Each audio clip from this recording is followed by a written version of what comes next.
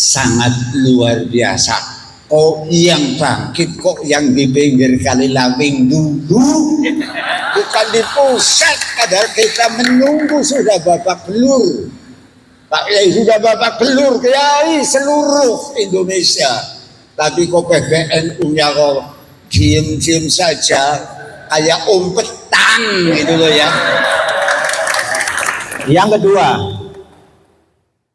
Yang kedua yang duduk di sini, ya Imad, Muhibbin, Habib, Lutfi semua. Nanti dulu, jangan dulu jawab.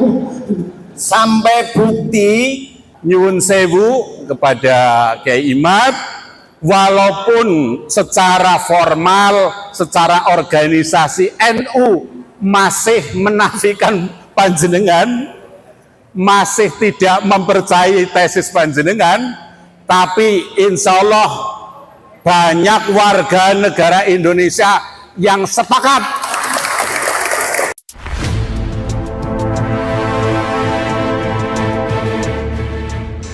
Kalau dari sisi ilmu nasab itu berdasarkan kitab-kitab yang ada di abad ke-5, ke-6, ke-7 itu kan sudah ada kitab. Jadi kitab nasab di abad ke-5 Hijriah. Ketika Alwi itu katanya wafat tahun 400 Hijriah, itu sudah ada kitab nasab yang ditulis namanya Tahdhibul Ansab karya Al-Ubaidili. Kemudian Al-Majdi di abad ke-5 itu karangan Al-Umari. Kemudian ada Muntaqilatut Talibiyah karya daripada siapa itu, Muntaqilatut Talibiyah. Itu tidak ada nama Ubaid disebut sebagai anak daripada Ahmad bin Isa. Kemudian pada abad ke-6 ada kitab yang disebut dengan kitab Asy-Syajarah Al-Mubarakah. Sama juga tidak ada nama Ubaid disebutkan sebagai anak Ahmad bin Isa. Ahmad bin Isa-nya ada, disebutkan anak-anaknya, tapi tidak ada disebut Ubaid punya ayah nama Ahmad bin Isa dan ditulis sebagai turun Nabi, tidak ada. Di abad ke-7 ada kitab Al-Fakhri. Di abad ke-7 juga ada kitab Al-Asili. Ada abad ke-8 kitab As-Sabatul Musar. Abad 9 kitab Umdatul Talib. Itu tidak ada semuanya itu yang menyebut Ubaid itu adalah anak daripada Ahmad bin Isa. Lalu kapan mereka itu mengaku sebagai turun Nabi? Ya di abad 9. Ada seorang Ba'lawi namanya Ali bin Abu Bakar As-Sakran. Dia menulis sebuah kitab namanya Al-Burqatul Musyiqah. Lalu dia menuliskan silsilahnya sampai ke Rasulullah melalui Ahmad bin Isa itu. Jadi tertolak di situ. Tertolak karena tidak berdasarkan kesamaan data antara yang diakui dan yang telah dicatat oleh para ulama di abad sebelumnya. Nah, dari situlah kecurigaan itu kemudian membawa saya untuk meneliti lebih jauh setiap nama-nama itu yang diklaim oleh Ba'lawi sebagai imam. Ubaidillah itu jadi Imam Ubaidillah. Dia seorang mujtahid sama dengan Imam Syafi'i gitu. Saya cari di hari hidupnya Ubaidillah yaitu 383 Hijriah dia wafat. Ternyata di abad itu tidak ada satupun kitab fikih yang mencatat nama Ubaidillah sebagai imam. Kitab sejarah di Hadramaut, di Tarim yang menyebutkan nama seorang ulama namanya Ubaid tidak ada. Tidak ada sama sekali. Baik Ubaid maupun anaknya Alwi yang katanya seorang muhaddis, perawi hadis, tidak ada disebutkan. Alwi punya anak namanya Muhammad, tidak ada, ini orang fiktif semua. Muhammad punya anak namanya Alwi, fiktif juga, nggak ada orangnya itu. Alwi punya anak namanya Ali Qoli Qasam, nggak ada orangnya itu. Sejarahnya ditulis itu pada abad 10-11 dengan begitu tinggi beserta keramat-keramatnya, tidak terverifikasi di dalam kitab-kitab di mana dia hidup. Berbeda dengan Syekh Abdul Qadir Al-Jailani. Syekh Abdul Qadir Al-Jailani ada di abad ke-6, itu kitab abad ke-6 mencatat orang yang hidupnya bareng bahwa di Baghdad ada seorang Ibnul Jauzi. Ibnul Jauzi itu satu masa dengan Syekh Abdul Qadir Jailani. Ibnul Jauzi menulis kitab, dia mencatat nama Syekh Abdul Qadir Jailani, seorang ulama besar, pengarang kitab. Kemudian dia ahli dalam bidang ilmu tasawuf. Dhaharat karamatuhu alal mala, keramat-keramatnya muncul di hadapan orang. itu dicatat. Itu bukti bahwa sosok ini ada. Tapi kalau seorang yang hari ini dikenal ulama besar di abad keempat seperti Ubaidillah, tapi sama sekali tidak ada jejak-jejak peninggalan, baik berupa tulisannya maupun ditulis oleh muridnya, ataupun diceritakan oleh orang lain yang semasa hidupnya dengan dia, maka sosok itu tidak bisa dikatakan sosok yang eksis, tetapi dia adalah sosok yang fiktif. Seseorang yang namanya diciptakan, sejarahnya kemudian dibangun untuk diatribusikan sebagai leluhur mereka, padahal pada masanya nggak ada orangnya dengan kesejarahan yang seperti disebutkan pada abad ke-11, ke-12, ke-13 Hijriah itu. Kebanyakan kitab-kitab Ba'alawi yang menerangkan tentang leluhur mereka itu dikarang sejak abad 9, tapi belum rapi sejarahnya oleh Ali As-Sakran di abad 9, 895 Hijriah. Kemudian diperbaharui, ditambahkan kisah-kisahnya oleh kitab Al-Ghurar karya Ali Khirid Ba'alawi pada 960 Hijriah. Kemudian ditambah lagi lebih sempurna sejarahnya itu, jadilah Faqih Muqaddam itu di dalam kitab Al-Masra'ur Rawi abad 11. Nanti di abad 12 ngarang lagi lebih hebat lagi keramat-keramat sampai Mi'raj segala macam itu. Itu semakin lama semakin dibikin-bikin sejarahnya yang glorifikasinya lebih tinggi dari sebelumnya. Nah, kenapa kita bisa mengatakan seyakin-yakinnya mereka palsu? Karena glorifikasi itu. Jadi karena mereka rajin menciptakan sejarah sendiri yang tidak sesuai dengan sejarah masa lalu, akhirnya kita mudah memverifikasinya.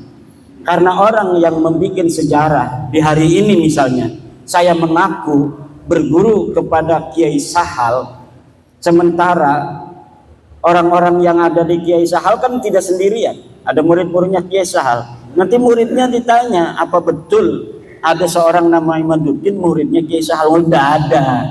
Karena apa? Seseorang tidak akan berdiri sendirian. Misalnya lagi, Bapak ngaku-ngaku 2024 sebagai anggota PWI pengurus Kabupaten Purbalingga, kan ada SK-nya. Dia bikin tuh SK-nya, dihapus nama satu orang, dimasukin nama dia. Akhirnya pas diverifikasi di pengadilan, mana kamu ngaku-ngaku anggota pengurus PWI ke Kabupaten Purbalingga? Ini, bener ada kopnya, ada tanda tangannya, Yai Haji Dr. Abbas bin Yahsi MA, ya kan? Pas coba yang lain diambil juga 3. Sama tanda tangannya sama, kopnya sama, tanggalnya sama, tapi ini mah namanya Jainuddin, pas ini mah Ba'lawi namanya. Karena yang merubah si Ba'lawi sendiri. Coba yang lain lagi, yang SK-nya yang sama, ternyata memang ini beda sendirian. Ditetapkanlah yang beda sendirian ini nama Ba'lawi ini palsu. Karena apa? Sejarah tidak pernah lahir sendirian. Dia akan terkait dengan orang-orang lain, dan cara itulah yang saya dapatkan untuk mengetahui kebohongan-kebohongan sejarah Ba'lawi dengan memuqabalah antara satu kitab dengan kitab yang lainnya, satu manuskrip dengan manuskrip lainnya, kesejarahan yang mereka ciptakan, kemudian dapat terverifikasi kedustaannya karena ada kesaksian kitab-kitab yang lain yang tidak menyebutkan nama yang disebutkan oleh Ba'lawi ini. Contoh, sebentar lagi, Muhammad Shahid Mirbat, katanya dia ulama besar yang ada di Mirbat. Dia guru dari Imam Al-Qal'i. Saya cari Imam Qal'i ini siapa? Ulama besar. Disebutkan di dalam tulisan orang lain, Imam Qal'i ini adalah ulama paling besar di Mirbat. Siapa gurunya? Tidak ada gurunya disebut Muhammad Shahid Mirbat. Dan dia menyebutkan nama-nama gurunya, disebutkan nama-nama muridnya. Tidak ada orang yang namanya Muhammad Shahid Mirbat disebut, baik sebagai guru, sebagai murid, atau sebagai sahabat. Saya cari seluruh kitabnya itu yang ada di abad ke-6, ke-7, nggak ada yang menyebutkan seorang di Mirbat ada yang namanya Muhammad bin Ali Shahid Mirbat. Jadi besarnya nama Muhammad Shahid Mirbat di abad 11-12 itu yang ditulis dalam kitab Ba'lawi tidak terverifikasi di masanya. Karena kitab yang ditulis di masa itu sudah banyak. Dan sama sekali di Difar tidak ada ulama yang bernama Muhammad bin Ali Shahib Mirbat. Bahkan nama Shahib Mirbat terverifikasi nama orang lain. Jadi ada sebuah kitab menyebutkan Shahib Mirbat itu untuk seseorang namanya Muhammad Al-Akhal Al-Manjawi Shahibu Mirbat. Jadi Ahmad bin Muhammad Al-Akhal Shahib Mirbat itu nama raja di Mirbat. Diambil nama Shahib Mirbatnya itu menjadi apa namanya gelarnya dia. Muhammad bin Ali-nya diciptakan. Muhammad bin Ali-nya diciptakan dan terverifikasi nama ini fiktif. Begitu pula keramatnya Paki Muqaddam. Muqaddam bisa mi'raj segala macam, tidak ada. Tidak ada orang di masa Paki Muqaddam yang menulis Paki Muqaddam sebagai ulama. Tidak ada. Jangankan keramatnya besar, sebagai ulama saja tidak ada. Demikian untuk yang selanjutnya itu kita bisa diskusi. Mudah-mudahan ada manfaatnya pertemuan kita kali ini. Wallahu wal muwaffiq ila aqwamit thoriqin. Wassalamualaikum warahmatullahi wabarakatuh. Waalaikumsalam warahmatullahi wabarakatuh. Beri tepuk tangan buat beliau.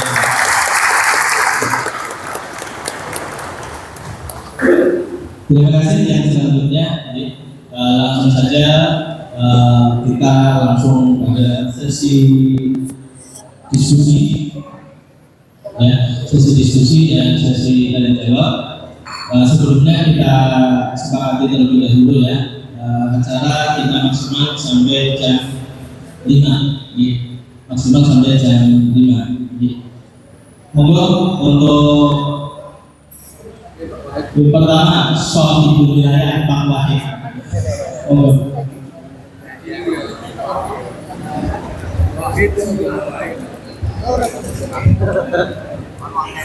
Assalamualaikum warahmatullahi wabarakatuh.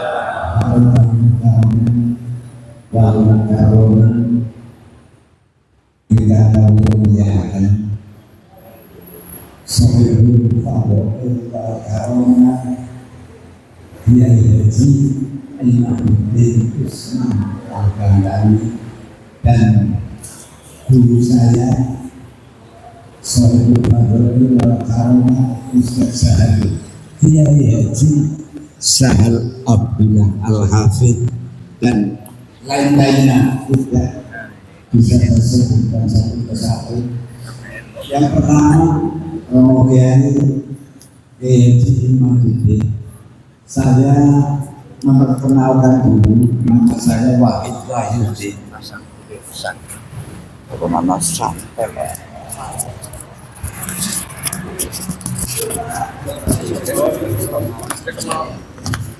Nama saya Wahid Wahyudi yang tadi disebutkan oleh moderator Sohibul Wilayah. Dan pertama saya menerima Al-Mukarram Sohibul Fadhil Pak Ustaz Al-Abdullah. Saya mengucapkan banyak-banyak terima kasih atas pencerahannya yang ditunggu-tunggu oleh warga NU, karena saya lahir juga NU. Di perut ibunya saya juga NU, tapi alhamdulillah saya tunggu-tunggu guru-guru saya juga merasa ketakutan. Kalau ada Habib bagaimanapun tetap dihormati karena mengaku zuriatul Rasul. Nah, dari dulu udah ada Pak Imamuddin, Pak Kiai kok dari dulu tidak ada.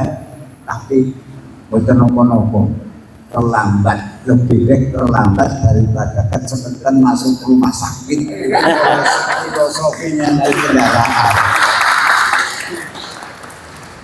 Saya teringat barangkali salah apa betul, saya sih dari dulu kurang senang sama Habib. Guru saya itu mengajarkan begini, kok nanti salah ya tolong nanti direvisi. Bagi yang punya unek-unek sama ya nggak usah bertanya, mau komen, oke?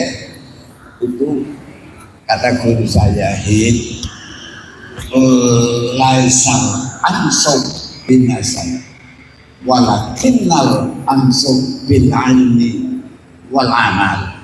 Sehingga itu saya senang sekali, karena dengan ilmu kita tahu, apalagi tadi diberikan pencerahan oleh Al-Mukarram sangat luar biasa. Kok yang bangkit, kok yang di pinggir kali Lawing dulu, bukan di pusat. Padahal kita menunggu sudah babak belur. Pak Kiai sudah babak belur, Kiai seluruh Indonesia. Tapi kok PBNU-nya kok diem-diem saja, kayak umpetan gitu loh ya.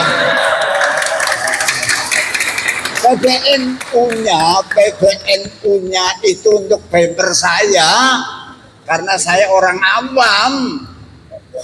Ya apalagi PCNU Kabupaten Purbalingga ya orang punya daya kekuatan, karena yang di pusat saja diam.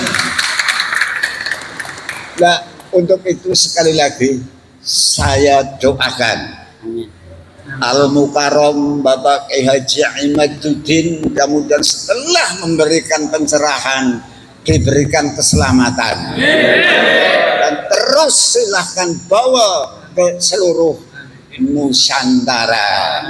Mudah-mudahan kita yang mendengarkan tausiahnya tadi mudah-mudahan mendapatkan pengertian yang bermanfaat. Sekali lagi saya ucapkan terima kasih, dan alhamdulillah lewat Al-Mukarram hadir di Pondok Pesantren Aqsal Madinah, jadi ngerti PBI. Saya kemarin nggak ngerti, alhamdulillah saya jadi ngerti. Demikian yang saya sampaikan, kurang lebihnya mohon maaf yang sebesar-besarnya. Assalamualaikum warahmatullahi wabarakatuh. Waalaikumsalam warahmatullahi wabarakatuh. Terima kasih pada Pak Kiai Wahid. Ini semacam testimoni. Selanjutnya, monggo yang selanjutnya. Ya, monggo dari Purbalingga. Sebelumnya saya kasih waktu pertanyaannya maksimal 2 menit. Curahan pun maksimal 2 menit. Kalau tadi saya nggak berani nyegat. Saibul Wilayah. Allah wabarakatuh. Belum di Islam Purbalingga. Ini sami jadi saya tidak bertanya, tapi testimoni.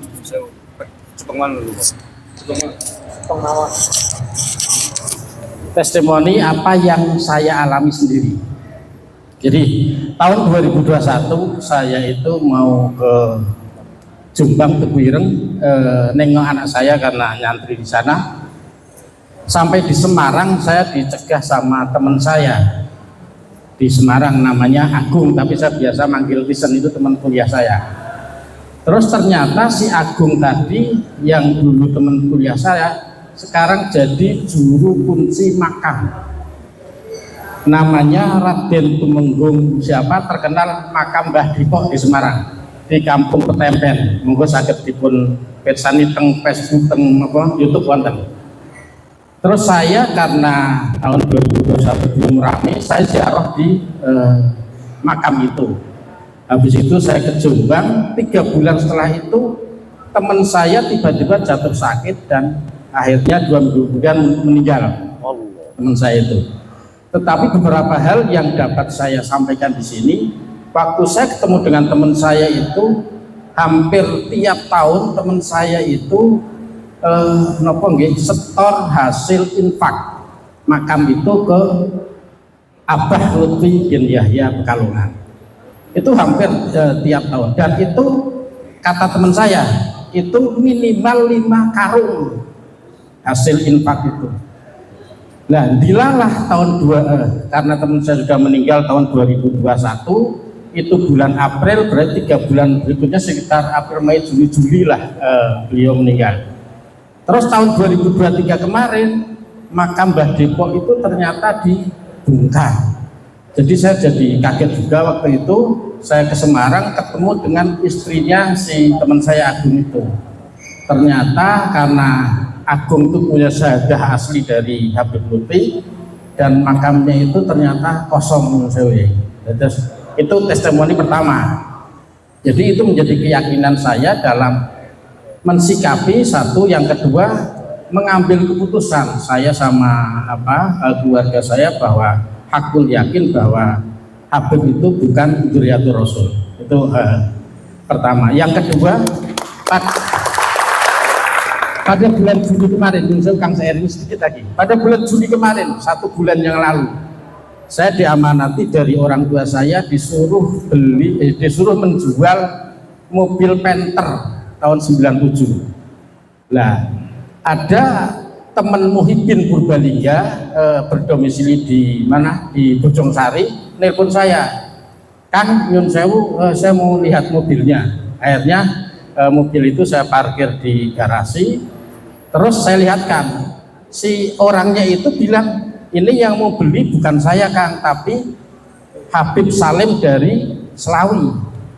Nah, akhirnya karena Habib saya tetap hormat, karena saya pernah punya guru, Habib Lutfi itu guru saya. Saya tahun 87 sampai tahun 90 waktu saya aliyah, saya mondok di pondok pesantren Ribatul Mutalimin di Pekalongan, di Nahrawi.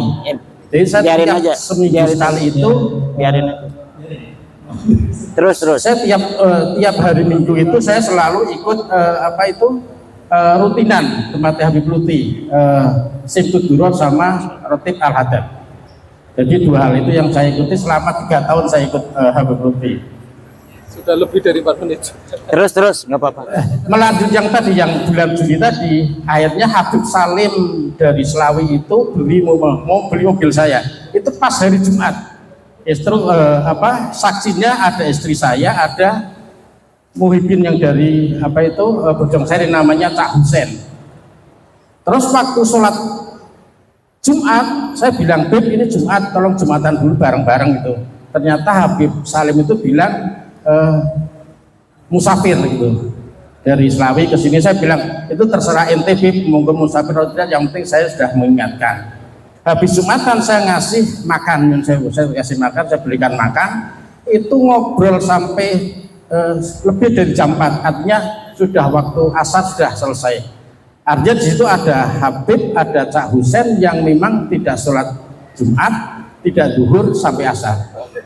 2 hal itu yang menjadikan keyakinan saya bahwa ternyata memang nggak mungkin kalau dzurriyyah Kanjeng Nabi itu syariat tidak melakukan. Jadi pasti itu bukan dzurriyyatur Rasul. Jadi begitu. Assalamualaikum warahmatullahi wabarakatuh. Ini Banyak. selanjutnya Enggak sholat. ini testimoni berarti dari testimoni. Selanjutnya Pak Beri. Bagus. Gus, sini. Kalau testimoni biarin aja, bagus itu. Itu pensor Pak Beri semua mengamankan. Karena untuk pelajaran yang lain bagus. Jadi pertanyaan tapi testimoni bagus. Nanti di YouTube-nya bagus. Assalamualaikum. Kira bunyi. Assalamualaikum warahmatullahi wabarakatuh. Waalaikumsalam.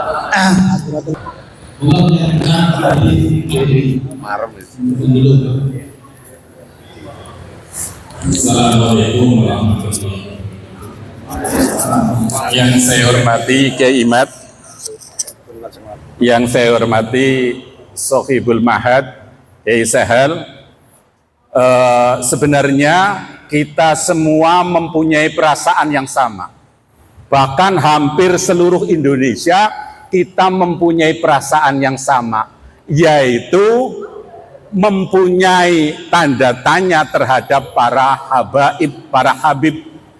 Nah, untung ada seseorang yang berani menarik pelatuk, sehingga pelatuk yang lama sudah siap, ini tidak ada yang berani memicu. Alhamdulillah Kiai Imad lah orang yang berani mengambil senapan kemudian menarik picu itu, menarik pelatuk itu sehingga meledak. Lah dari ledakan inilah bermacam-macam kontroversi itu terjadi. Sehingga nyuwun sewu kepada Kiai Imad, walaupun secara formal, secara organisasi NU masih menafikan panjenengan, masih tidak mempercayai tesis panjenengan, tapi insya Allah banyak warga negara Indonesia yang sepakat, yang mendukung gerakan panjenengan. Oleh karena itu PR untuk panjenengan, yaitu panjenengan mohon untuk mencari jalan searif mungkin, sebaik-baiknya untuk mendekati para kiai sepuh yang masih hormat, yang masih ta'zim, yang masih ya nyuwun sewunya di bawahnya para habaib. Lah kiai-kiai itulah monggo panjenengan dekati. Gerakan Imaduddin ini mempunyai PR untuk mendekati bagaimana caranya agar para kiai sepuh yang menolak panjenengan itu bisa luluh. Sekian, assalamualaikum warahmatullahi wabarakatuh. Terima kasih. Yang satu lagi. Assalamualaikum warahmatullahi wabarakatuh. Abdurrahman Hussein dari Jakarta. Terima kasih. Terima kasih kepada Hari ini saya lega sekali. Setelah puluhan tahun saya menunggu bahwa Habib Rizik bersama Abdurrahman Wahid berbeda, dan hari ini saya lega, saya pendukung Abdurrahman Wahid, ternyata Habib Rizik hilang. Yang kedua yang duduk di sini, Kiai Imad, Muhibbin Habib Lutfi semua. Nanti dulu, jangan dulu jawab. Sampai bukti di Masjid Balai Raksa ingin kedatangan Habib Lutfi, tidak sampai batunya dibawa ke Palongan, ditandatangani, tanda tangannya masih ada di Masjid Balai Raksa. Itu pertanda bahwa di sini masih Muhibbin Habib Lutfi bin Yahya. Kalau hari ini saya nggak tahu. Kemarin. Yang ketiga, saya urut biar cepat 2 menit kan? Ya. Yang ketiga, saya sepakat dengan pertanyaan bagaimana dengan kalau saya tidak mengatakan PBNU, saya akan mengatakan dengan Kiai Miftahul Akhyar. 1. Yang kedua dengan pondok pesantren yang ada di Sidogiri. Yang ketiga dengan pondok pesantren yang ada di Jawa Timur, Kediri. Dan bagaimana menyikapi seorang kiai dan anak buahnya yang umatnya ribuan juga masih tetap tidak ke Kiai Imad, juga tidak ke Kiai Habib. Bahkan Habib itu bernaung di situ, yaitu, dan saya salah satunya adalah Muhibbin Mbah Maimun Zubair.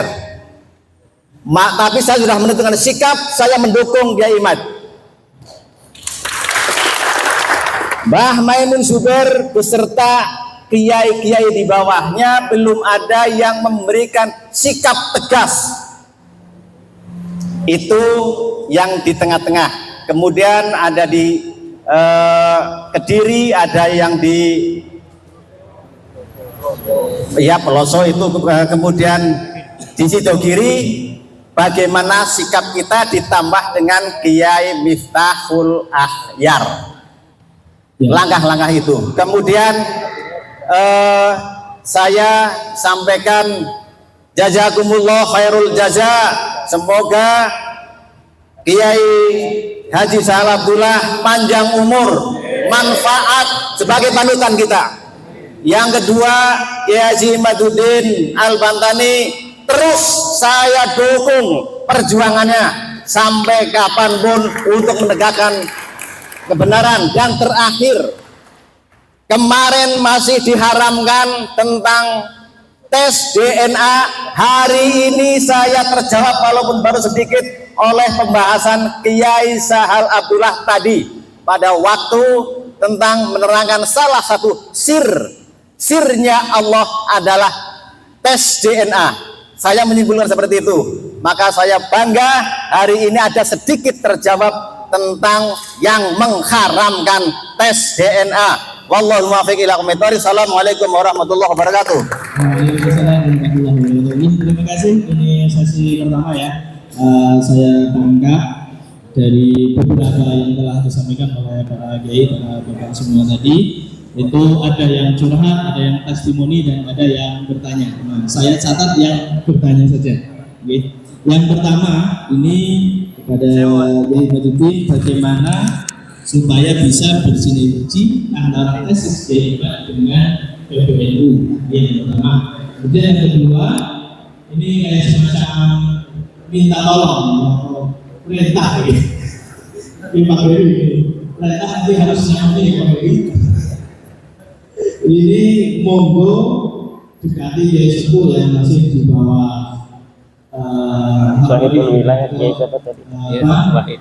Punya kekuatan. Kemudian yang terjadi bagaimana menyikapi Kiai besar atau Kiai yang umatnya banyak atau pesantrennya besar tetapi belum berkomentar secara ilmiah, dalam arti masih di bawahnya komite. Ini sesi pertama.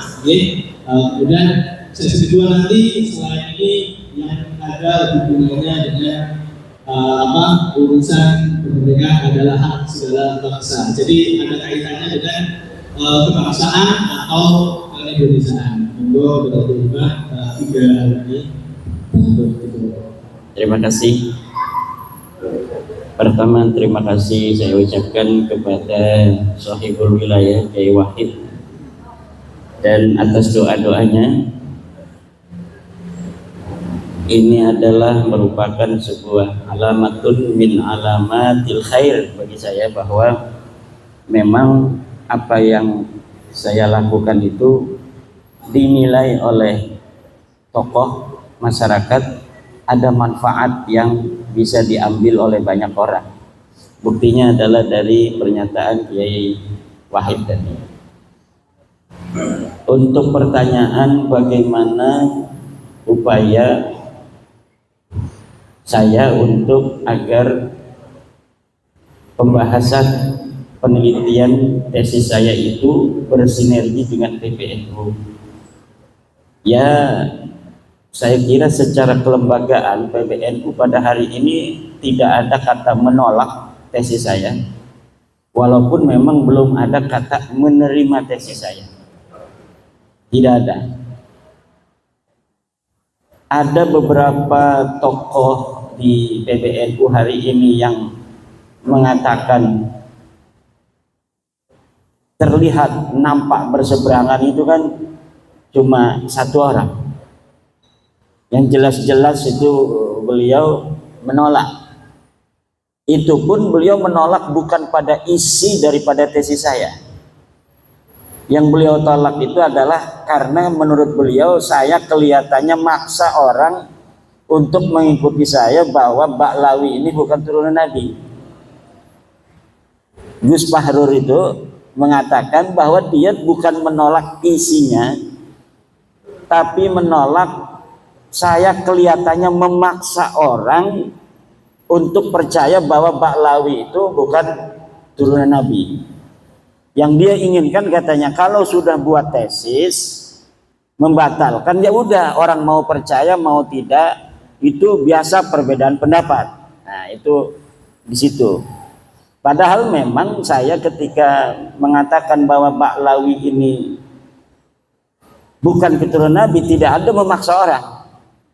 Misalnya Kiai Wahid, kalau nggak percaya awas, nggak ada itu.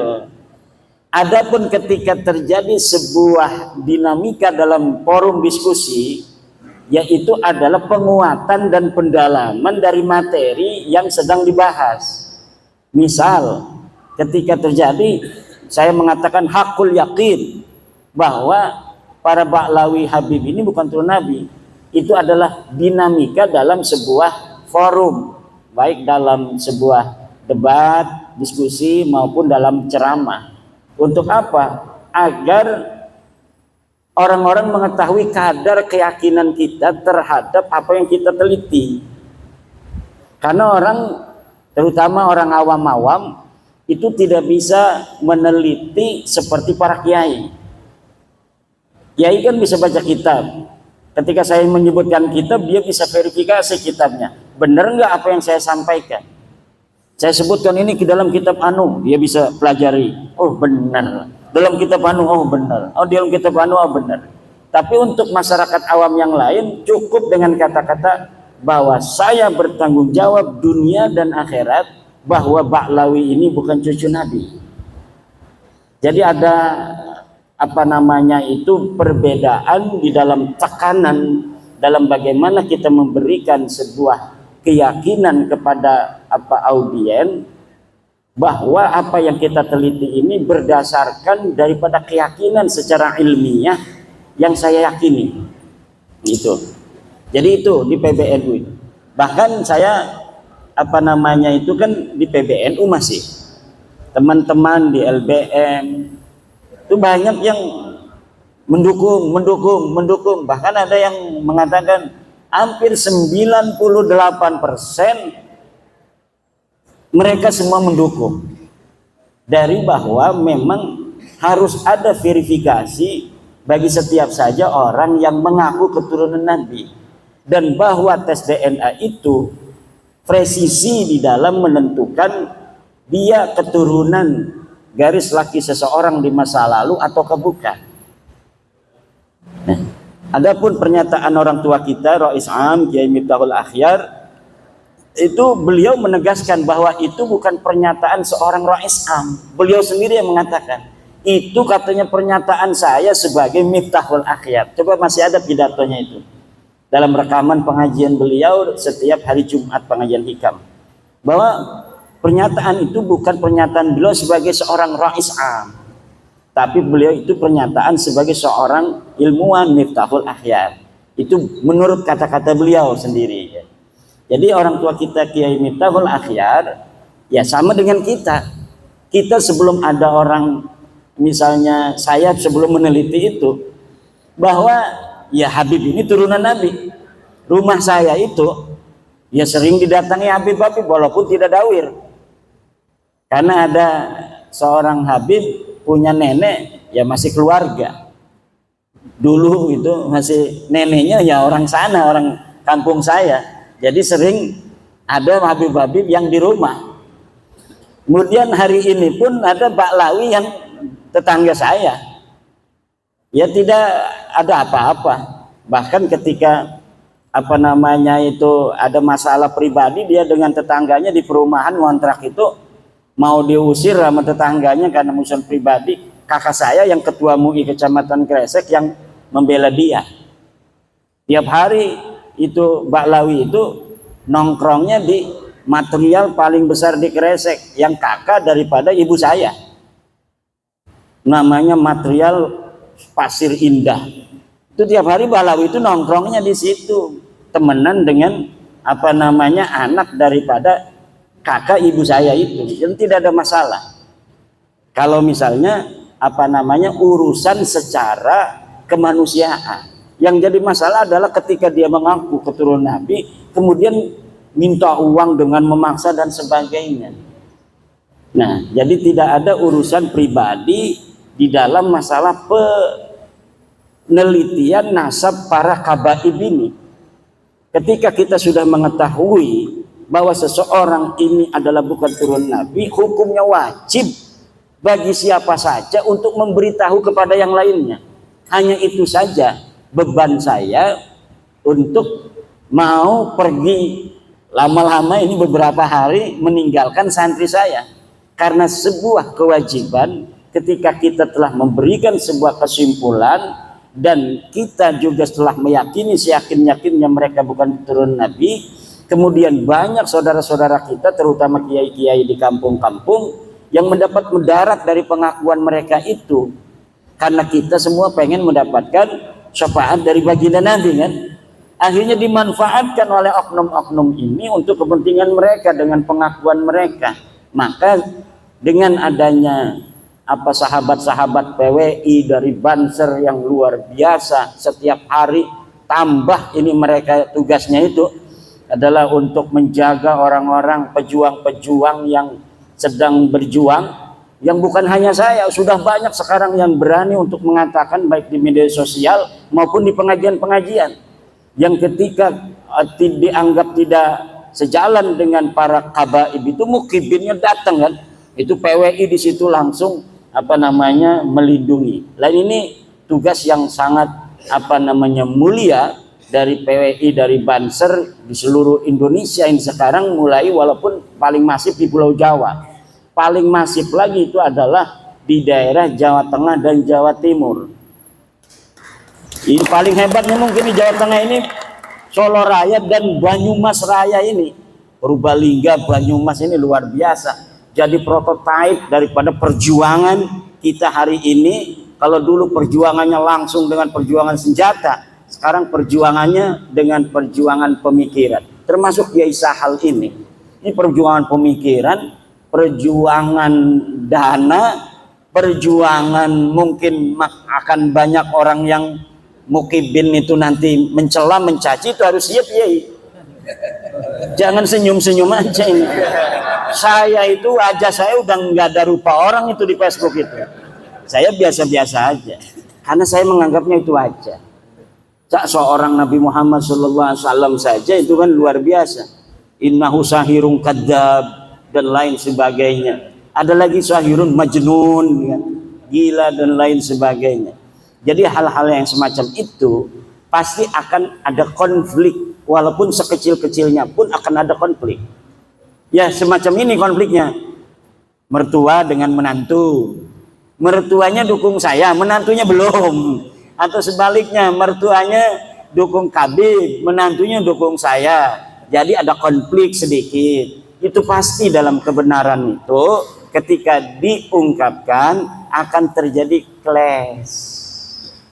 Nabi Muhammad siapa dulu itu yang saling tidak akur? Keluarganya Nabi. Abu Thalib, Abbas, Hamzah, ya kan? Abu Lahab, ya berbeda-beda. Yang langsung menerima hanya Hamzah, Sayyidina Hamzah. Abbas belum. Sampai perang Badar, Sayyidina Abbas itu masih perangnya bersama Abu Sufyan, bersama Abu Lahab, Abu Jahal. Kemudian Sayyidina Abu Thalib sampai meninggal tidak terdengar beliau mengucapkan la ilaha illallah, walaupun selalu mendukung. Jadi ada yang mendukung terus tapi nggak mau masuk PWI.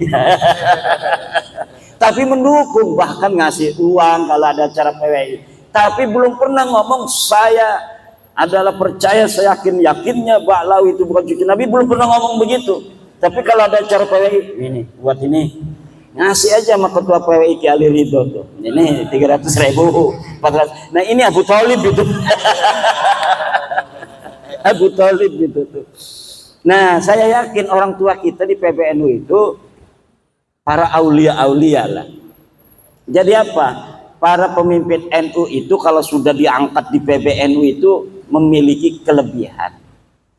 Dan apa yang telah dilakukan oleh orang-orang tua kita itu mungkin itu yang terbaik pada saat ini. Itu yang terbaik untuk kita semua. Coba misalnya kalau baru misalnya 2 tahun yang lalu tesis saya ini PBNU dulu yang nerima, dikaji oleh PBNU, diputuskan betul Habib ini bukan turun Nabi.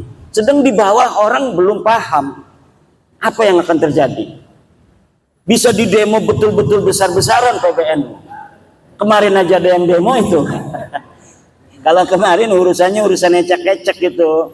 Urusan sedulur itu biasa, NU itu sedulur itu nanti beres lagi itu orang-orang sedulur semua.